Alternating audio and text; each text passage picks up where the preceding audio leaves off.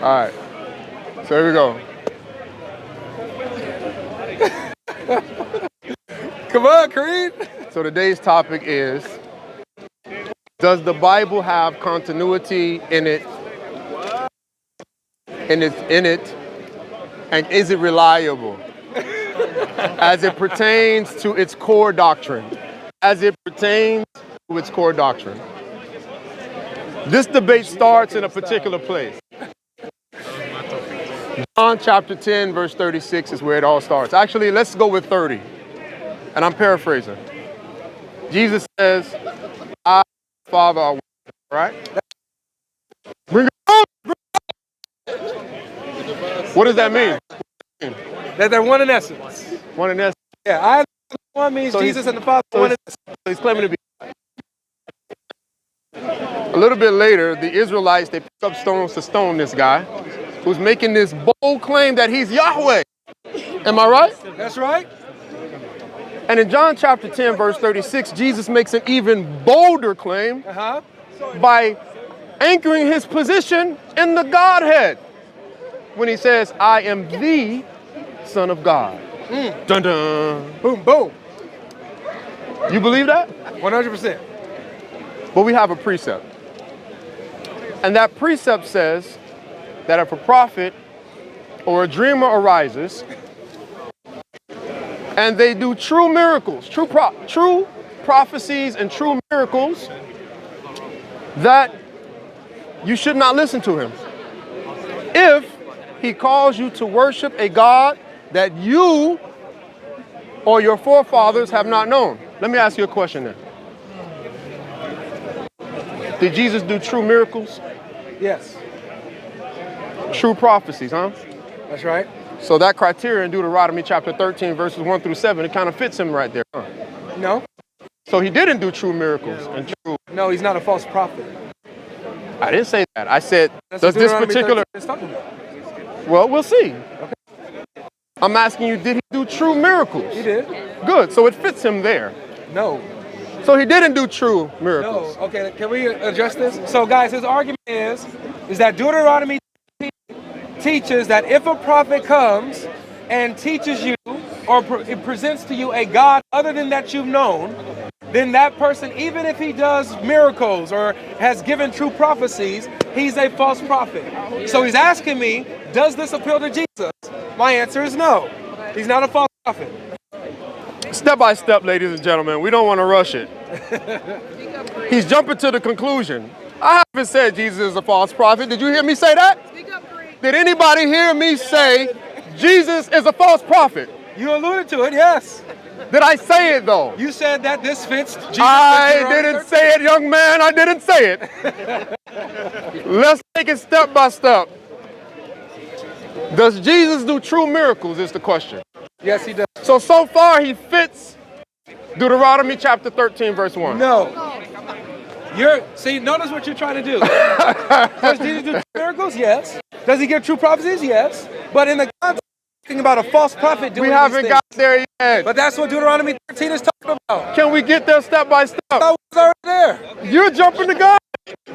Sorry, TikTok. We love TikTok. In Deuteronomy chapter 13, verse 2, it says that if a prophet or a dreamer arises and they do true miracles, and those miracles come to pass, and they call you to worship a God that you nor your forefathers have known. There it is. Okay? Now, when it says you nor your forefathers, is this talking about the Israelites in the time of Moses and previously? Yeah. Good. And it's going to be talking about going forward as well. Maybe. But I want to know if it's talking about Moses in this time and previously. It's talking about the Israelites after the Exodus, prior, Abraham and all of that. Good. It's talking about all of that. It's talking about the theology within Israel going forward even after. Good. And it says that you should not listen to him if he does such a thing, right? Yes. Because God is testing you to see if you truly love him. Yeah. So he's testing them on the knowledge that they had of God. Am I right? He's testing them on their heart posture, on whether or not they will go after a false god rather than the true God that brought them out of Egypt. So in order for them to go after a false God, they must have knowledge of God. Am I right? Yes. Good, good. And so you shall not hearken to him, nor shall you listen to him. Am I right? You actually can go after a false god without knowing the true God. Say that again. You can go after a false god without knowing the true God. You know, that you got pagans that, don't know the truth yet, right? Yes, no problem. But in this context, these people they know the true God, and then they would be leaving the true God for a false one. But these Israelites particularly are being tested. And it wouldn't be fair for God to test them unless they have knowledge. Am I right? Sure. Good. Now what should they do if they find a person who calls them to worship a God that they didn't know, nor their forefathers? According to this verse, what should they do? They're a false prophet. No, what should they do? No insider tips from life. He knows my arguments. Sorry, go ahead. So, what should they do? Huh? What should they do? Who? The Israelites who encounter this person. A false prophet should be stoned. Great, great. Even if they're closest of relatives, am I right? Yes, bro. Come on. Okay, good. So now,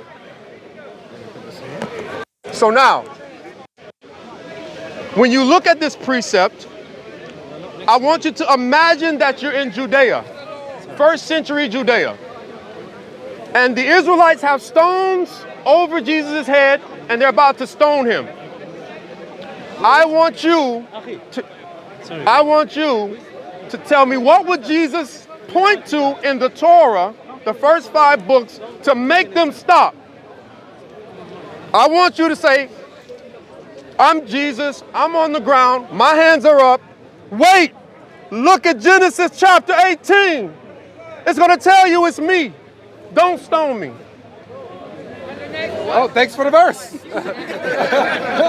Bring it out. What do you mean bring it out? You just brought it out. Is that the verse? Jesus visits Abraham in the flesh, right? Appears in human form, eats with him, has his feet clean. Jesus God's appears. clean feet? God comes in a physical God form. came down to clean feet. And got his feet washed.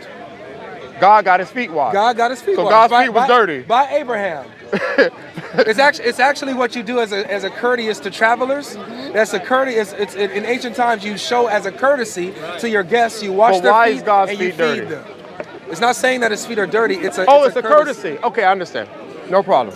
Anyways, what I want you to do is show me this unique begotten divine son that Jesus claimed in the first 5 books of the Torah. Is it there? Wait, why are you limiting it to the first 5 books? I'm not going to limit you. Okay. That's what I did previously, but I'm not going to limit you today. And we know what I'm going to tell you exactly what I told your buddy over there. Which one? That one right there. That one right there. I'm going to tell you what I told him. I'm not limiting you, but I do want you to present your evidence chronologically, and that begins with the Pentateuch. What do you mean chronologically? That means in order. No. Why are you so that you cannot use the tool of foreshadowing, because anybody can. The tool of foreshadowing, anybody can use that. Like today, for instance, if I see a prophecy and I want to fit myself into it, I can simply go out and write myself and make myself appear to be that way. So this is the tool of foreshadowing. Let me ask you a question. That's not how foreshadowing works. That's exactly how it works. Foreshadowing is when you have a script or a revelation given that foreshadows what's going to come. Okay. So you can't make yourself fit a foreshadowing when you fail it. You look at the details of what's written. It's either you fit it or you don't. Understood. Right? So if I go into the Old Testament and I see that it teaches, 1, God is multi-personal, 2, one of the persons is the Son of God, then that's all I need. I don't have to show you in Genesis 1:1. I can show you in Psalm. I can show you in Deuteronomy. I can show you in the Song of Solomon. It don't matter where I go. So, if it is taught in the Old Testament, in the Tanakh, then I met your challenge, right? So that doesn't follow. Now the reason why that doesn't follow is because the writers of the New Testament could have easily written Jesus into these prophecies. Okay, so then now I have a problem now, because now you're saying, okay, I show you that Jesus, as the New Testament presents him, matches the Old Testament, But we can't trust what the New Testament says in the first place. I didn't say that. I said in order for you to prove your position, you must work chronologically from where it begins. Why? Because number one, I'm going to give you a few reasons. Okay. Number one, the Torah is the foundation of the Israelites. What is that? What is the Torah? The Torah is the first 5 books, the Pentateuch. Is that all the Torah is? You can include that. If you want to include the Tanakh, then you would say that the Tanakh includes the Tanakh and the Torah together. Okay, so for example, right? the Torah is the law, That's right? what you want to include. The Torah is the law, right? The Torah. Okay. You're dancing right now. You know that, right? I'm trying to make sure that we clarify your terms and your means so we know how to move forward, okay? All right. So the Torah is the law. Yeah. Right? Okay. You went to John 10. When Jesus says, is it not written in your law, I said ye are gods? Where is that written? In Psalms. Psalms. Yeah. So Jesus called the Psalms the Torah? Did Jesus say, is it written in the Torah or your law? He said, so when he says your law, what is law in Hebrew? Your law. Is Torah, right? No, wait. You see, this is pinpointing something very peculiar, ladies and gentlemen. What this points out is that Jesus thought that these Israelites had been writing their own law. Oh, shocker! He said, is it written in your law? Did he say the law of Moses? Boom!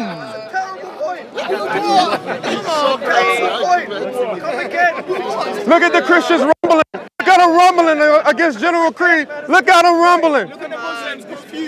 Look at them rumbling. They're rumbling. I understand the argument. He didn't show me the sun yet. No heckling, guys. So, when speechless. Don't laugh at logic. It's his confidence is killing me too. Crazy.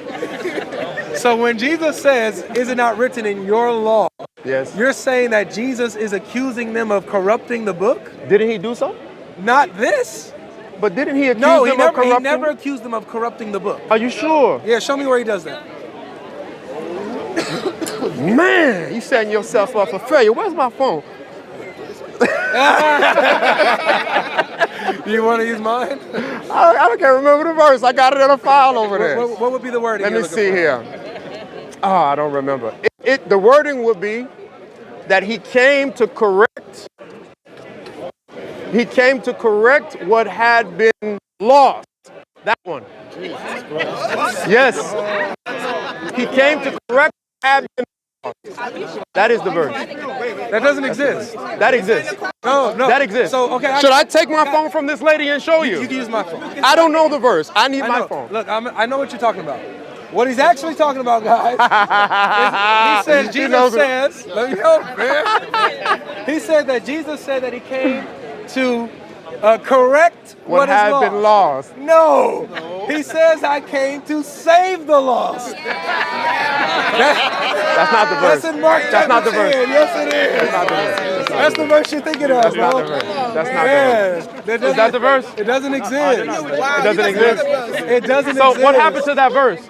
It never, what do you mean? It never existed. It's in the King James Version. No, it's not. I read it. You've not, no, you haven't. I read it. You ain't read this one. Oh, hey, he probably read it in the Injil, y'all. Anyways, he's deviating from my point. He's deviating from my point. Let's get back to center, ladies and gentlemen. Focus, everybody, focus. Stop fanning over this dude, man. Focus. All right? John chapter 10, verse 36.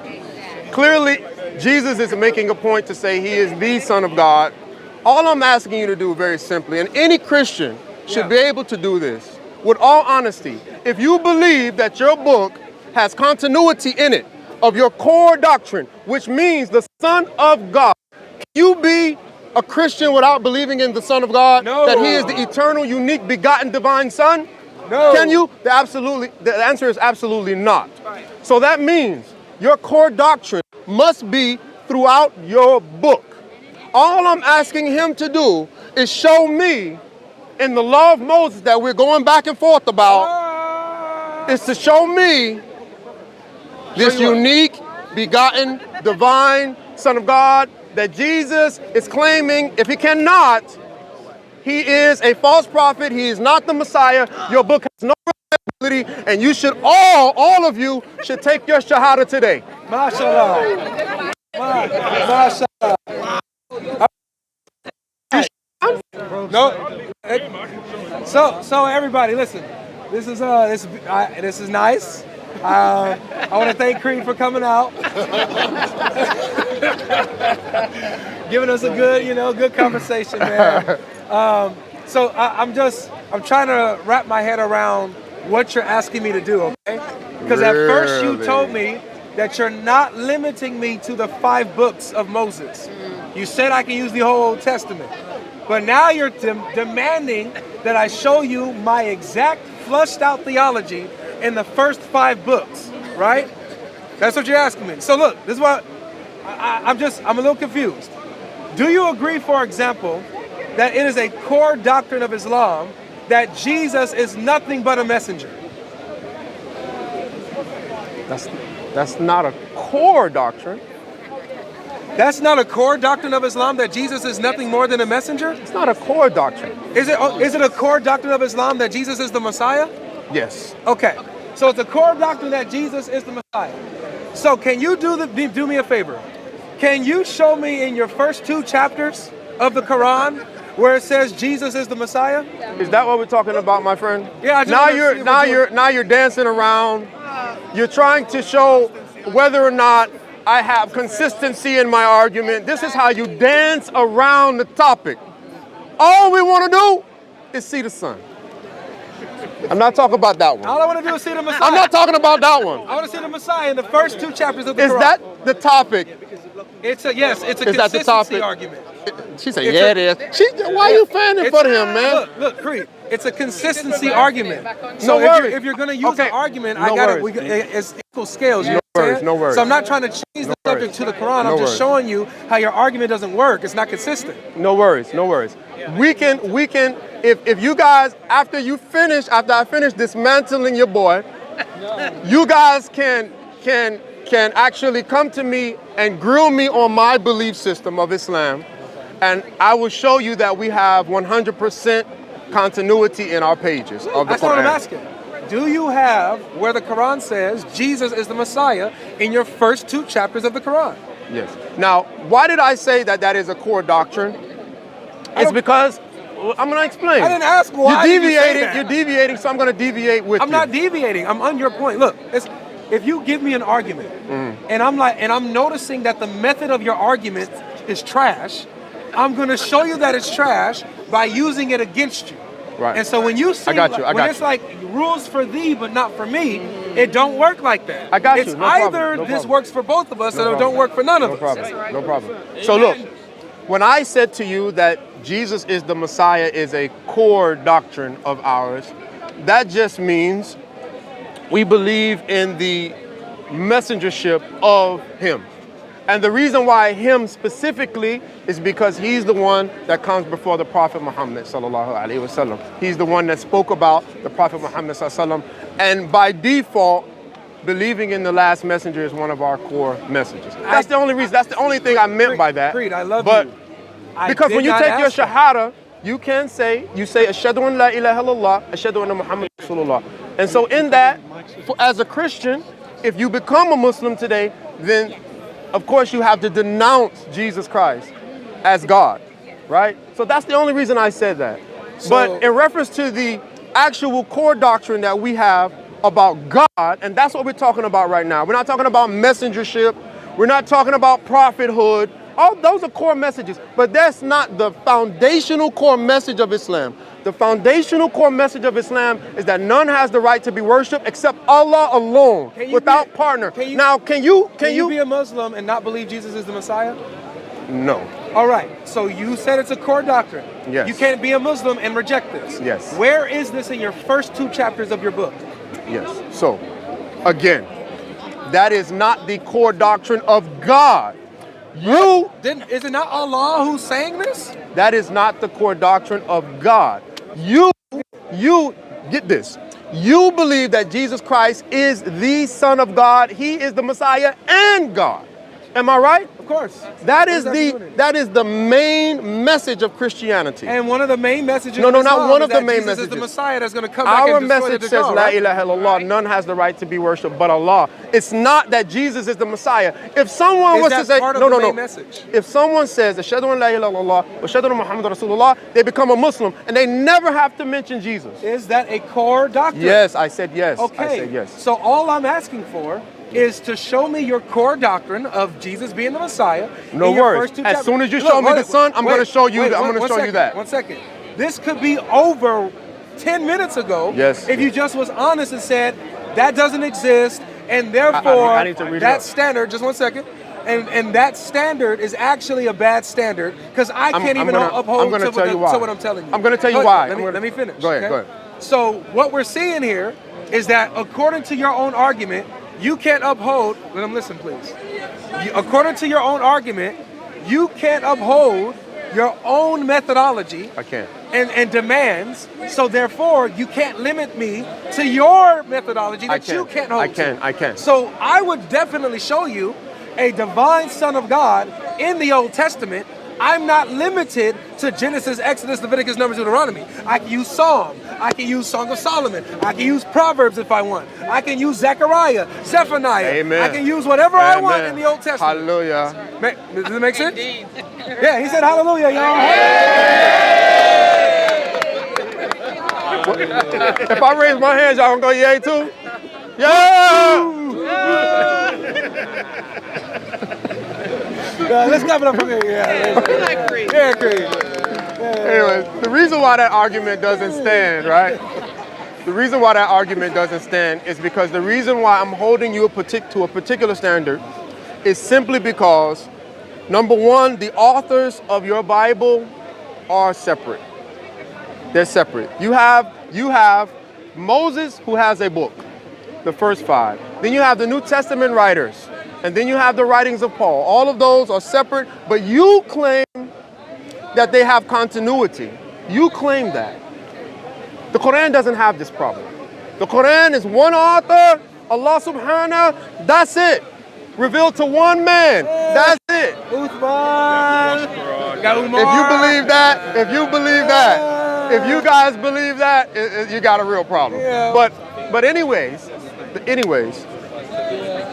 I am not restricting you to just the Torah. Okay. Let me be clear. All I said to him is this. Only thing I'm asking is one simple baby thing. Which is? Go chronologically from the beginning. Sure. So, show me the Son. Okay. Begin with the Torah and then expand out. What's wrong with that? So, is that generous? It's okay. Let's go. Okay. So show me chronologically in your book the Messiah. But we don't have that issue. What do you mean? You don't have the Messiah being mentioned chronologically in the beginning of your book, correct? You do? Yeah. All right, show me in the first 2 chapters. No issue. He's granting you 5 books, you grant us 5 chapters. No. Where in the first 2 chapters? I can bring you Jesus mentioned in the first. Where in the first 2 chapters? Let's go. Show me the Messiah. Read it. You read it. I'll read it. Show me the Messiah. I'll read it. All right, this is Surah Al-Baqarah. Ayah 250. Ayah 253. Those messengers, we preferred some of them to others. To some of them Allah spoke directly. Others he raised to degrees of honor. And to Jesus, the son of Mary, we gave clear proofs and evidences supporting him with Ruh al-Qudus. If Allah had willed, succeeding generations would not have fought against each other after clear verses of Allah had come to them, but they differed. Some of them believed and others disbelieved. If Allah had willed, they would not have fought against one another, but Allah does what he likes. All right, so just really quick, guys. Maybe I'm deaf. Maybe I'm hard of hearing. That's right. So I'm gonna trust all of y'all. Did y'all hear once Jesus being identified as the Messiah? No. That's what I asked for, isn't it? So look, my brother, I think this is a stupid argument. Okay? And that's why he can't answer. So hey, look, Because you're so stupid, he can't answer. It's either. I will at the end. I'll answer it. It's either we have the same standards, and you provide for me the same thing that you're asking for, or you change your standards, give us a better argument. Number one,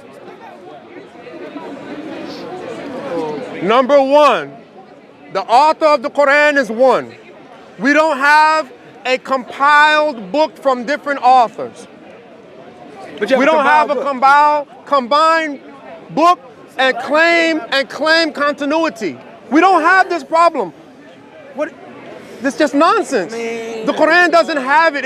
You can't keep us to the same standard I'm holding you to. The reason why I'm holding you to this point, hey. Wait, see, you're not home today. You're not home today, man. Not making sandwiches today. So, look, for us, we don't have this problem. You have this problem as Christians. What's the problem? That you have a book from Moses, and you claim it's true. Oh, you claim it's true. You have a book I'm sorry, that Allah claims it's true. You have a book that comes from the prophets. Hey, show me in the Torah where it says and that you think God it's doesn't true. begin or is begotten. You have a book that comes from 4 authors: Matthew, Mark, Luke, and John. You say these are true. So does the gospel. And you have writings from Paul, and you say these are true. So does Allah. And then you compile them all together, and you say they have continuity. Yeah. How are you holding me to that standard? We don't have the same type of book. It doesn't make sense what you're saying. Do you agree? So what you just described is progressive revelation, right? No. What I'm describing in truth are several authors that somebody has said has continuity. I'm asking you to prove it. For continuity to happen, there needs to be a progression, correct? Say again? For continuity to exist, that entails a progression, correct? Yeah. Okay, so what you just described is a progression of revelation, You right? have to prove it. You're saying that this is what wait, just listen. I'm not saying that you believe that this is actual true revelation. Okay. But you're saying in my paradigm, I'm claiming that these are a progression of revelation, right? Yes, that's what you believe. So you're telling me that in my sequence of progressive revelation, when we're over here, I need to prove that this thing is exactly taught right here. That's what you're saying, right? What I'm saying... Wait, just really quick. Do you believe that the Quran is a progression of revelation? It's a revealed revelation over time. So it is a progressive revelation, right? In some sense, yes. Yes, because it was revealed over a period of time. Yes. Thank you. That's the So sense. it's a progressive revelation. Yes. So I'm asking the same thing. Yes. Show me what's taught here, right here. But why are in the you Quran. running to my Quran? Because, again, why are you running to my Quran? I'll show you why. You're Again, dancing. I'll show you why Tap again. dancing all over the whole high part. The reason why I'm bringing up the Quran in light of your argument Because you can't is answer. because you're demanding a standard that you cannot So hold what? to. So what? You know, the easiest way out of this mess, logic, is this. Is to answer. All right? Then the debate is over, right? If you can show me the divine Son of God in the first 5 books of the Torah, debate's over. I walk away. I'm gonna get out of here. I'm not even going to anybody else. I'm finished. Show it. Okay. So I guess, guys, He can't show it. it looks like we're at a standstill here. Yeah. You know, he's asking me to do something He doesn't want to do that it. he himself can't do for his Quran. I can. Rules for me, not for me. Inconsistent standards. So we see. So run away. Guys, I want you guys to learn from this. The telltale So run away. bad argument So run away. is something that backfires. So run away, If ladies your and gentlemen. If argument somebody backfires- asks you about your One second, Messiah, Greg. go. If your argument backfires against you, if you can't do what you're asking your opponent to do, We showed you. then your argument is false. It sucks. Throw it away. Or else you're going to look like this in front of hundreds of thousands later on. All right? So with this being said, I would, if I was Creed, if I was a Muslim, if I was a mu'min, what I would do is I'd say, you know what, Logic? That's a good point. Let me move it. Let me change it up a bit. Can you show me anywhere in the Tanakh, in your Torah as a whole, that it teaches that God has a begotten son? Can you show me that or not? Nephew. And the answer will be yes. Nephew. You gotta stop showing out here, man. You gotta stop showing out out here, man. I see the belt with a dress. Yeah. Hey! Jersey, keep it quiet. Keep it quiet, New Jersey. Keep it quiet.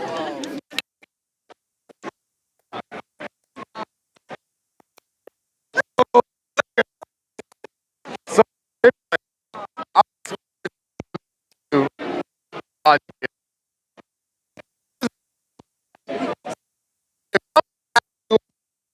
doctrine. I am, of course, you know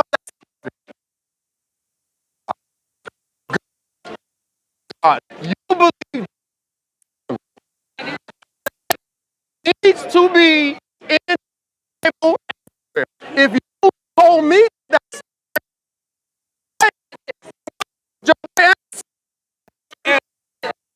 I did not get to an excuse. Show me, son. Everybody, where Muslims at, man? We want the sun. We want the sun.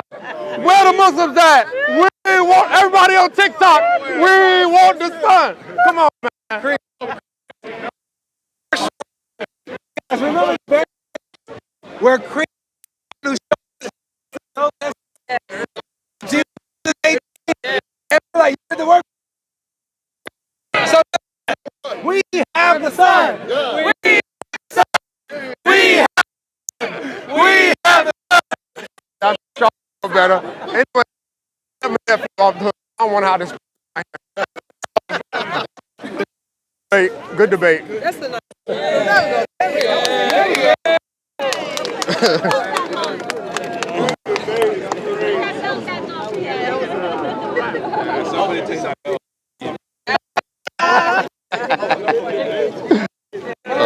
Hey, you guys, come and get your mics. Come and get your mics. Come and get your mics. What's it got? Okay. Everybody, come and get your mics. Your mics. I like Creed. Mics.